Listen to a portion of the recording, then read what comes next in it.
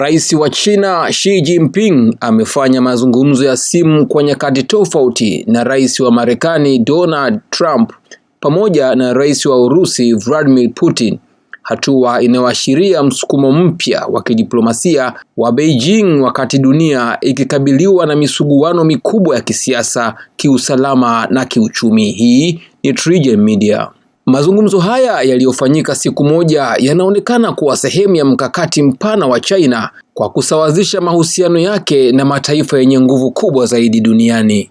Kwa mujibu wa vyombo vya habari vya serikali ya China, Xi Jinping amemweleza Rais Trump kuwa uhusiano wa China na Marekani unapaswa kujengwa juu ya heshima ya pande zote mbili, na kwamba mgogoro kati ya mataifa haya mawili makubwa kiuchumi inaweza kutatuliwa kupitia kujenga imani na si kushupaziana shingo, kutunishiana misuli ama kuhujumiana. Katika mazungumzo haya yaliyojadili pia biashara, suala la Taiwani, vita vya Urusi nchini Ukraine na hali ya Iran, Rais Trump kupitia mtandao wake wa Truth Social alieleza kuwa mazungumzo hayo yalikuwa mazungumzo bora sana na kusisitiza kuwa uhusiano wake binafsi na Xi Jinping bado ni mzuri, kauli inayolenga kuonesha kuwa milango ya mazungumzo bado i wazi licha ya mvutano uliodumu kwa miaka ya karibuni. Hata hivyo, suala la Taiwani limebaki kuwa kitovu kikuu cha tahadhari, huku Xi Jinping akimuonya Trump kuchukua tahadhari kubwa katika kushughulikia kisiwa hicho ambacho China inakiona kama sehemu yake isiyoweza kujadiliwa. Beijing imekuwa ikipinga vikali mauzo ya silaha ya Marekani kwa Taiwani pamoja na uungaji mkono wa kisiasa kwa serikali ya Taipei, akionya kuwa hatua kama hizo zinaweza kuchochea mgogoro mkubwa wa kikanda. Rais Xi Jinping ameuita mwaka 2026 kama kipindi muhimu cha kurekebisha na kuimarisha uhusiano wa China na Marekani, akisisitiza dhana ya kuishi kwa amani na ushirikiano wa kunufaishana. Kauli hii inaashiria kuwa China inataka kupunguza hatari ya mvutano wa moja kwa moja, hasa katika mazingira ambayo uchumi wa dunia bado unatetereka.